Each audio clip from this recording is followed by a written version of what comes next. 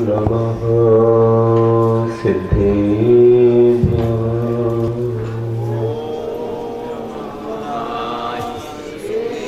ॐ नमः सिद्धेभ्यः।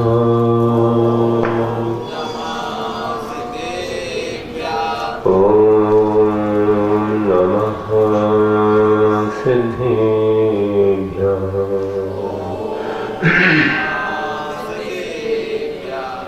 मंगलम भगवान वीरो मंगलम गौतमगणी मंगलम कुंज कुंदार्यो जैन धर्मोस्तु मंगलम सर्वमंगल मांगल्यम सर्वकल्याणकारिकं प्रधानं सर्वधर्माणां जैनं जयतु शासनं जैनं जयतु शासनं जैनं जयतु शासनं। बोलिए देवादिदेव प्रकृति तीर्थंकर श्री आदिनाथ भगवान की, 24 तीर्थंकर भगवान की, वर्तमान शासनायक श्री महावीर भगवान की, अहिंसा परमो धर्म की, सिद्धि चक्र महामंडल विधान की जय हो। आचार्य गुरुवर श्री विद्यासागर जी महाराज की जय हो। आचार्य श्रीमंदर सागर जी महाराज जय हो। परम पूज्य आचार्य श्री आदिदेव सागर जी महाराज की। नेहा नगर नाम के उपनगर में सिद्ध चक्र महामंडल विधान इस फाल्गुन की अष्टमी का महापर्व में सानंद संपन्न हो। हमने नहीं सोचा था कि इतने दिन हम यहाँ रह पाएंगे, क्योंकि बहुत जगह के निवेदन है, दूसरी जगह भी जाने का मन था, लेकिन लोगों के पुण्य ने रोक करके रखा। भावना से पुण्य बढ़ता चला गया, योग मिलते चले गए और सिद्ध चक्र महामंडल विधान ने विशाल रूप लिया और सभी महापात्रों पात्रों के साथ और युवा विधानाचार्य नजदीक के ही बंडा के ही, पहले भी हमारा छात्र माथा बंडा में 16 कार्निवल पर्व में पूरा संभाला था। बहुत अच्छे भावों से अपने गुरु के ही आशीर्वाद से सब लोग आगे बढ़ रहे हैं और कमेटी की विशेष, यहाँ के समाज की, सकल दिगंबर जैन समाज की विशेष भावना, सब लोगों ने, बाल हों महिलाएं हैं जो भी हैं, सभी लोगों ने तन्मयता के साथ इस विधान में अपना सहयोग दिया और आगे संख्या नियम से बढ़ती ही जाएगी। हमारा उद्देश्य है कि इस विधान में, जैसे कि चतुर्थ काल में श्रीपाल मेना सुंदरी ने जो अतिशय पाया था, वह अतिशय इस विधान में हो। हम चाहते हैं कि मात्र नेहा नगर ही नहीं, पूरे सागर या मध्य प्रदेश या पूरे भारत या पूरे विश्व में शांति हो, कोरोना जैसे बीमारी और भी अन्य व्याधियाँ सबकी पलायन हो, सबको सुख समृद्धि हो। इस महायज्ञ से सबके प्रति रोज शांति धारा में यही भावना पाई जाती है और विशेषकर अंत में जब हवन होगा उस यज्ञ में भी पूर्ण इसी भावना के साथ किया जाएगा और सभी के लिए इस विधान से शांति सुख की कामना की जाएगी। वह समय कैसा होगा कि जिस समय राजा ने किसी महान ऐसे जिन धर्मी उस राज्य में राजा के भावों से एक ऐसी अलख जगाई गई, उनके जीवन से संस्कार मिला। 2 कन्याएं बड़ी हुई, माँ के संस्कार, पिता के संस्कार उनके ऊपर पड़े और एक कन्या की बड़ी परीक्षा हुई। कैसे परीक्षा हुई होगी, कैसे कैसे उस समय उन्होंने अपने भावों को अपने परिवार में रखा होगा, किस तरह से संस्कारवान कन्या ने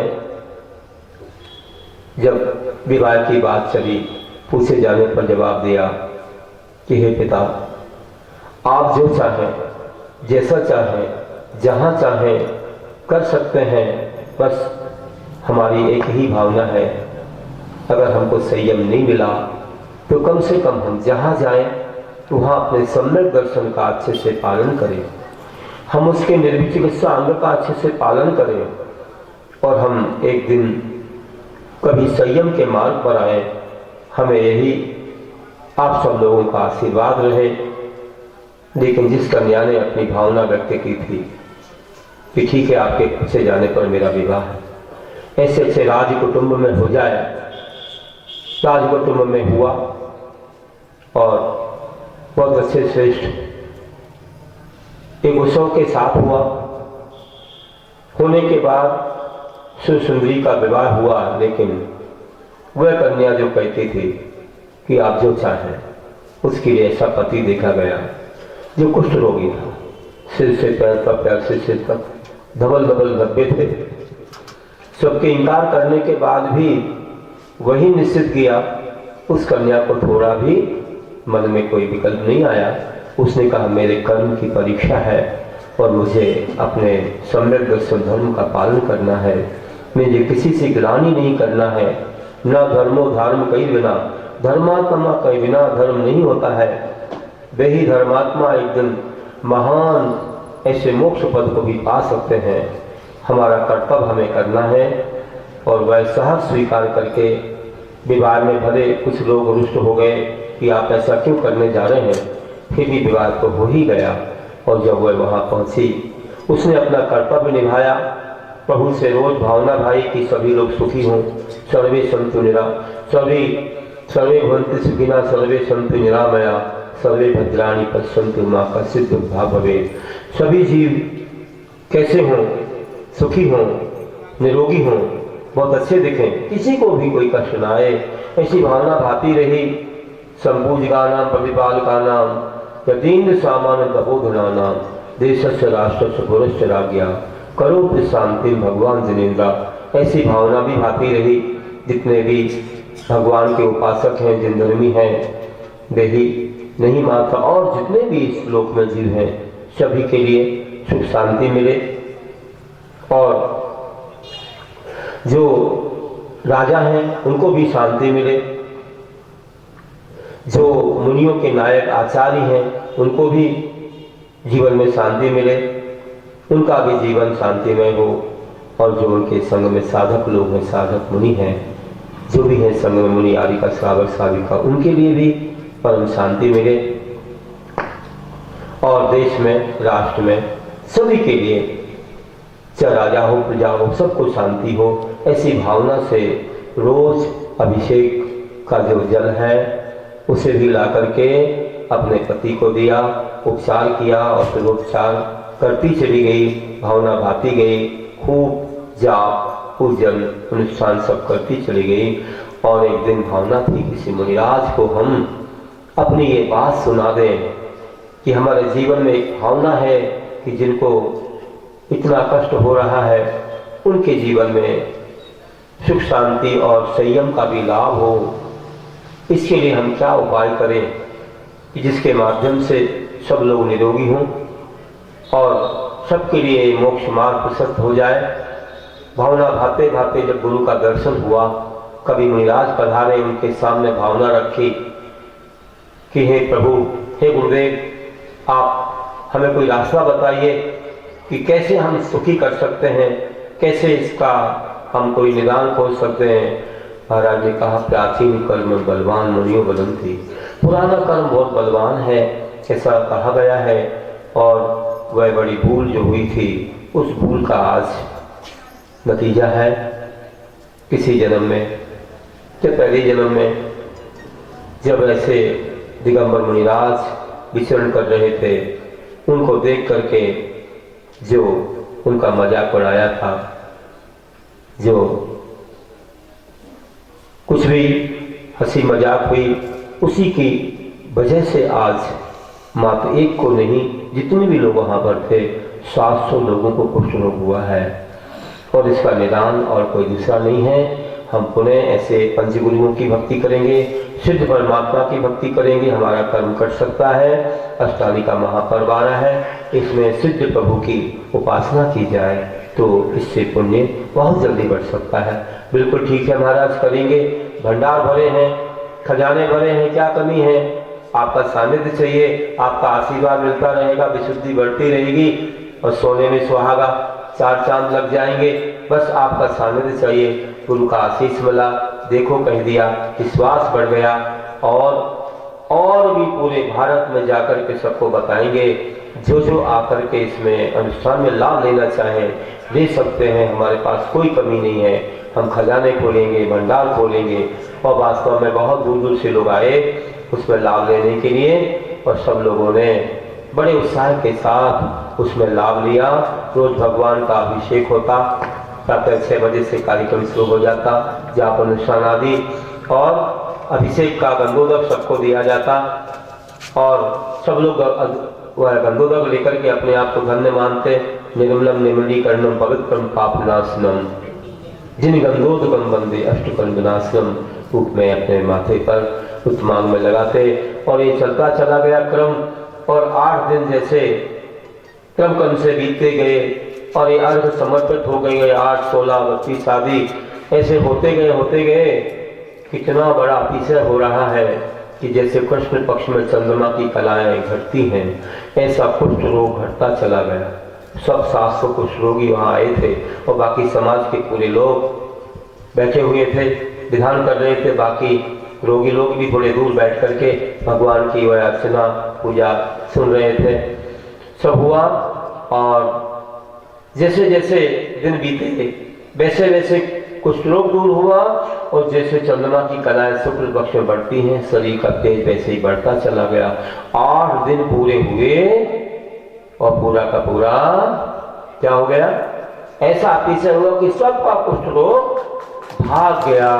पूरी काया ऐसी चमकने लगी और वे तो राजपुत्र थे, कामदेव के समान उन्होंने रूप पाया था।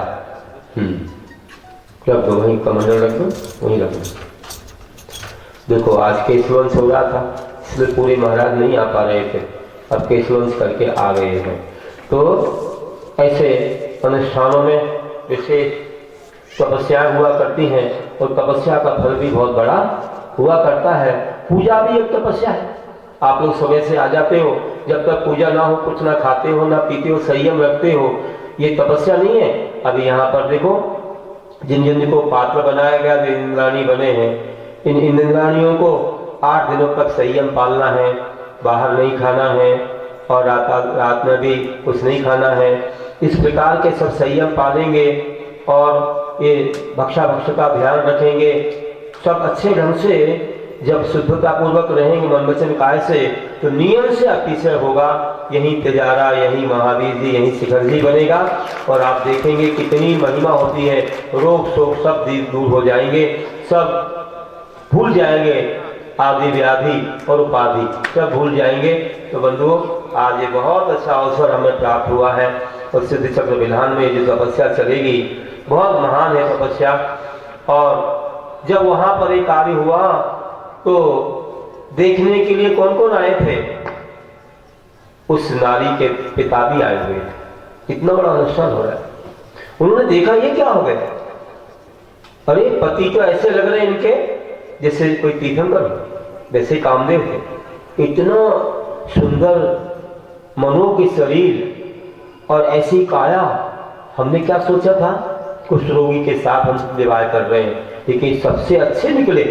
पहली कन्या का जो विवाह किया उतने अच्छे नहीं है वहां पर, वे भी राजकुमार है, लेकिन ये राजकुमार धन्य हो। हमने बुरा सोचा, अच्छा हो गया। क्षमा मांगते हैं अपनी बेटी से, बेटी क्षमा करना, मैंने क्या सोचा और क्या हो गया। और तुम्हारी भक्ति में कितनी बड़ी शक्ति है कि देखो 8 दिनों में इतना बड़ा अतिशय हुआ कि एक नहीं 700 लोगों का कुष्ठ रोग दूर हो गया। धन्य हो, महान हो, खूब खुशियां मनाई गई और लोगों को ऐसे किमिक दान भी बांटा गया। वह उसने कहा कि पिताजी आपका क्या दोष है, मेरा पूर्व जन्म का कर्म है, इसलिए मैंने कुछ नहीं मांगा, कुछ नहीं कहा कि मेरा ये कर्जा चुक जाने दो, मुझे कुछ नहीं बोलना है, और मेरा पुण्य इस भक्ति से बड़ा है, इस प्रभु की आराधना से बड़ा है, जिससे अतिशय हुआ है। आपका कोई दोष नहीं, मेरा कर्म कट गया। कर्म ना होता तो आपके मन में स्वभाव नहीं आता। आप भी मुझे क्षमा कीजिए, हम भी क्षमा करते हैं। ऐसा कहा और इतना और कह दिया कि पिताजी हम क्यों कहते कि मुझे ऐसे पति चाहिए, क्योंकि मेरा नाम क्या है आपने ही तो रखा है। क्या नाम है बताइए, क्या नाम था? हाँ, बहुत जल्दी बोलते हैं मैना सुंदरी। अरे वो कहती थी, एक बिंदु ही तो लगाना और क्या करना है। वो कहती थी कि मैं ना सुंदरी, मैं कोई सुंदरी नहीं हूं जिस सुंदर पति को चाहूं, जो मेरे भाग्य में है, जो मिल गया बस वही मेरे जीवन का मुख्य है, और मेरा कर्तव्य है उनकी सेवा, उनकी देखभाल करना, और बड़े अच्छे निर्भय चिकित्सा अंग की गिलानी नहीं करना चाहिए धर्मात्मा से। ऐसे भावों से उसने सेवा की, औषध उपचार किया, कभी घृणा नहीं की कि कुछ रोग मुझे लग जाएगा, ऐसा नहीं किया। जैसे आज कई लोग कोरोना के रोगियों की भी खूब सेवा कर रहे हैं हॉस्पिटल में जगह जगह, तो कहने का अर्थ है कि हमको इस प्रकार के भाव लाना चाहिए कि सामने वाले को शांति मिले। और ये उसकी जो भावना थी पूरी हुई, तो बाद में जब निरोगता आ गई तो फिर इसके बाद सब लोगों ने बहुत अच्छे धर्म अनुष्ठान किए। मुनियों को आहार देना है, मुनियों को आहार देना है, और अभिषेक करना है, पूजा करना है, तीर्थ यात्रा करना है, सब कुछ किया। अच्छा राज्य भी किया। और कुछ वर्षों के बाद देखो उन्होंने ऐसे ऐसे काम किए कि समुद्र भी तैर सकते थे। समुद्र में एक बार जहाज से जब वे नीचे गए तो उन्होंने अपनी भुजाओं से समुद्र तैर करके कहाँ पहुंचे बताते, वहां सहस्त्रकूट के द्वार खोले। घोगा में आप देखते हो, घोगा भावनगर के पास सहस्त्रकूट के द्वार उन्हें खोले थे, समुद्र से तैर के आए थे। कोटि भट्ट थे वे, करोड़ों योद्धाओं को भी जीत लेते थे, इतनी उनके पास शक्ति थी। वज्र समनारा सहनन था। राज्य करने के बाद कुछ वर्षों के बाद उन्होंने जिन दीक्षा को धारण कर लिया, तो मुनि बने।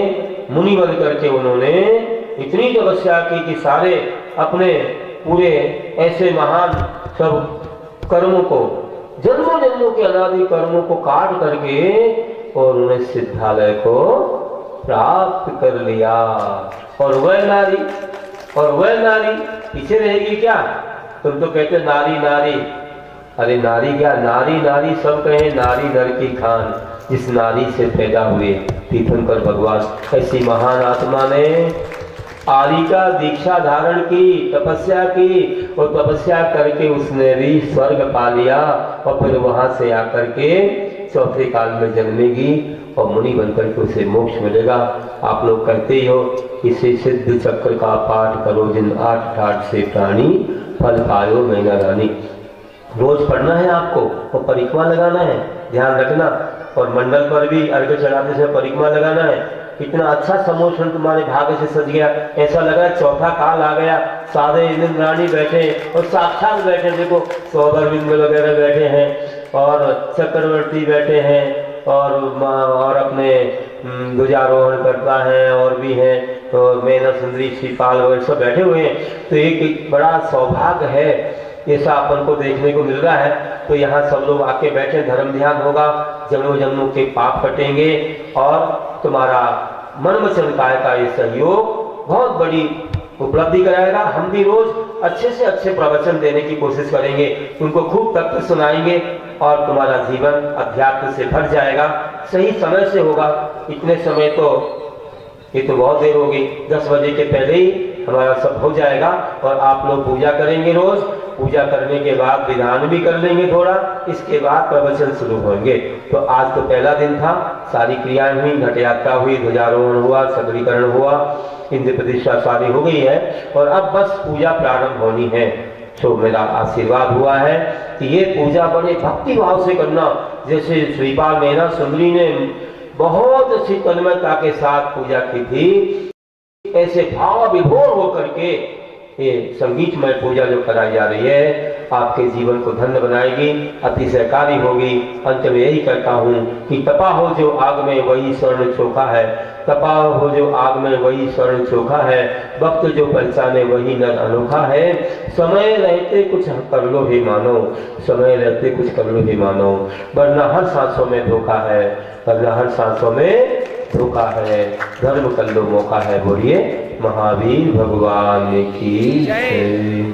श्रीपाल का नाम श्रीपाल, पाल मतलब पालन करने वाले, श्री मतलब लक्ष्मी, तो मोक्ष लक्ष्मी के पालन करता बन गए। नाम भी इतना अच्छा था और वैसा ही काम भी उन्होंने किया। बंधुओं बहुत अच्छा है, आपकी ये पूजा आपको धन्य बनाए। आचार्य